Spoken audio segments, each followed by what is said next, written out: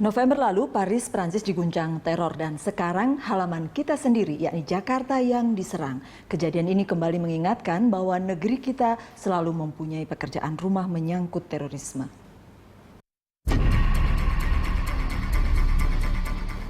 Teror mengoyak pusat Jakarta. Kurang 3 km dari Istana Kepresidenan, bom bunuh diri meledak di sekitar Jalan Muhammad Husni Tamrin. Satu di Starbucks Coffee dan satu lagi di pos polisi Sarinah. Pelaku bahkan terlibat baku tembak dengan polisi. Suasana mencekam tatkala serangan teror terjadi. Terlebih dilakukan siang hari.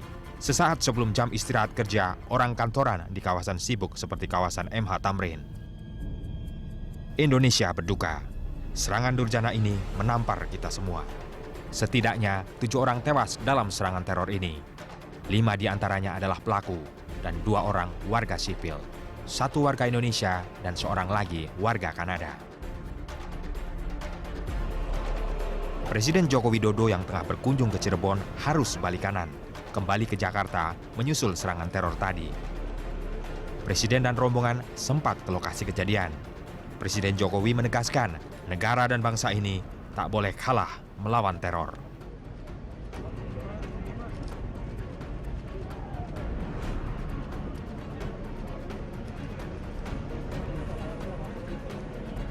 Negara, bangsa dan rakyat, saya kira kita tidak boleh takut, tidak boleh kalah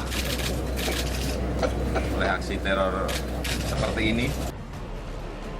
Kurang dari 4 jam, polisi dapat memulihkan keadaan. Kapolda Metro Jaya, Irjen Polisi Tito Karnavian, menjelaskan keadaan. Pengejaran kepada jaringan pelaku. Jaringan pelakunya sebetulnya adalah jaringan pelaku yang berhubungan dengan kelompok ISIS. Dan kemudian khusus untuk yang di Asia Tenggara ini ada 1 orang tokoh, yaitu Bahrum Naim, yang ingin mendirikan namanya Katibah Nusantara. Dia ingin menjadi leader untuk kelompok ISIS yang berada di Asia Tenggara. Apa sebetulnya pesan yang disampaikan pelaku dan kelompok teroris lewat teror di Jakarta itu? Mengapa Indonesia menjadi sasaran? Siapa kira-kira yang menjadi otak serangan ini? Ya, di studio kami saat ini telah hadir Kepala Badan Nasional Penanggulangan Teror, yakni Pak Saud Usman, lalu ada peneliti terorisme Nasir Abbas, dan juga ada Don Bosco Selamun, pemimpin redaksi Berita 1 News Channel, serta Wahyu Muryadi, wartawan senior dari Tempo. Bapak-bapak, terima kasih sudah hadir di The Headlines. Di siang hari, menjelang jam makan siang, di tempat yang 3 km lah dari istana. Orang langsung kaget. Terkejut begitu Bang Don. Ya, begini dong. Pertama kita lihat ada 2 hal yang luar biasa terjadi kemarin. Pertama, luar biasanya prestasi aparat kita yang bisa melumpuhkan para teroris ini dalam waktu yang begitu singkat. Tetapi juga ada hal luar biasa yang lain, yaitu secara campaign kemenangan ini ada juga pada terorisnya. Jadi coba bayangkan seperti tadi Nunu bilang, dekat istana. TKP itu menentukan amplify seberapa besar media dan menjadikan tempat itu sebagai mega panggung untuk para teroris. Di dekat istana, lalu kemudian di tempat umum, simbol perdagangan, ada orang asing, ada banyak orang di situ. Modusnya seru, itu suicide, kemudian juga terjadi baku tembak.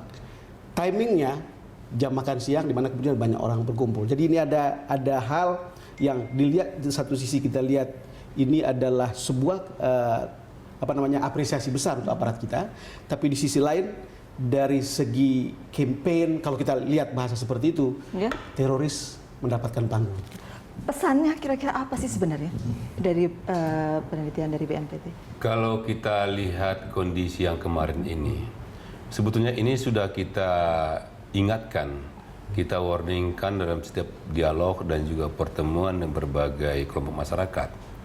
Belajar dari pengalaman sejarah, sejak kita merdeka sampai saat ini, adanya sebagian kecil masyarakat kita yang masih menginginkan pendirian khilafah. Mereka ini dengan bermacam-macam cara melaksanakan untuk mewujudkan tujuannya. Bahkan yang secara anarkis sekalipun.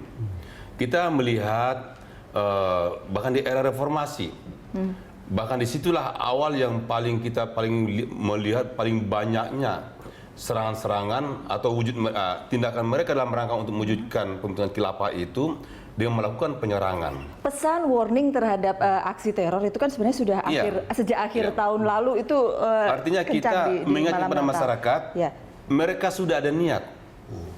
Tinggal sekarang ada kesempatan ini. Makanya seperti misalnya pada saat malam Natal tahun baru, dari aparat penegak hukum di lapangan bekerja keras dalam rangka untuk mengantisipasi adanya warning. Mereka melakukan konser di malam Natal tahun baru. Nah, ini sudah merupakan warning. Pak Saud mau katakan ketika kemudian orang sedikit sudah tidak di malam Natal, tidak di tahun baru, lolos di situ, kemudian mereka menduga bahwa tidak juga seperti itu. Ya? Karena kita berburu terus, aparat penegak hukum terus melakukan penangkapan. Tapi mereka ini sudah memang mengilhami kehidupan di alam akhirat. Berjihad, mati syahid, masuk surga. Itu tujuan dia. Dia tidak akan melihat apapun dia akan wujudkan itu. Bahkan teroris yang kita tahu kadang-kadang dia minta supaya ditembak, supaya dia mati. Karena tujuan dia cuma itu, ingin mati. Nah ini. Jadi sehebat apapun suatu negara, bisa kita lihat. Kalau memang sudah tujuan dia untuk mati syahid itu tidak bisa dihambati. Nah, tinggal sekarang bagaimana apanya? Apakah pada saat dalam kondisi targetnya yang besar ataupun yang kecil. Awalnya mereka dengan istimata mencari korban sebanyak-banyaknya. Sekarang tidak lagi dia mencari target tertentu. Pesannya sekali lagi saya mau ini kalau Mas Wahyu melihat. Iya, yang pasti Bang Don bilang aparat menjalankan tugasnya dengan baik, tetapi teroris juga mendapatkan coverage yang cukup besar. Mereka cuma ingin mengatakan bahwa mereka masih eksis, ya kan, masih eksis, dan saya kok yakin ini masih berkeliaran di antara mereka. Tadi Pak Saud mereka sudah warning sejak akhir tahun. Iya, Pak Saud kan tadi mengatakan kami juga berburu. Nah ini saya ingin tahu ini perburuannya seperti apa Pak yang sudah dilakukan. Apakah ini bisa dibilang memang faktor kesulitannya begitu tinggi sehingga sampai quote-unquote bobol gitu ya. Teroris masih eksis. Mereka mau mengatakan bahwa mereka masih eksis. Iya. Pandangan Mas Nasir. Ya memang. Ya mereka jangan lupa ketika waktu Indonesia itu digegerkan dengan rekaman YouTube. Ya, Abu Jandal At-Tamimi itu. Ya, yang pertama kita hanya memikir bahwa orang-orang ke Syria hanya sekadar ke Syria, ya mau bantu kemanusiaan kah, mau ikut terlibat dalam konflik di sana, tanpa berfikir untuk bikin kacau di sini. Tetapi kemudian kita terbuka mata, ya ternyata mereka mengancam kita. Ya, mengancam tentara, mengancam polisi, bahkan mengancam Buser lagi yang mereka itu jelas-jelas Banser, mengancam Banser NU yang jelas itu adalah Muslim. Ya, maka inilah dia yang sebenarnya hari kemarin itu realita mereka memenuhi apa yang mereka ancam. Iya, benar-benar bahwa ini loh, kami benar-benar datang. Lebih dari ada. Lebih dari ada, kami benar-benar datang ya. Masih beruntung karena aparat begitu cepat ya. Kurang dari 3 jam tembak-menembak selesai dalam 30 menit ya, itu kalau tidak salah. Tidak sampai 30 menit. Ya, Pak Saud tadi belum menjawab Mbak Nunung bagaimana perburuan yang sudah dilakukan. Saya akan simpan di segmen selanjutnya. Itu kenapa saya potong tadi. Iya, kita jeda dulu, kami akan kembali untuk Anda sesaat lagi.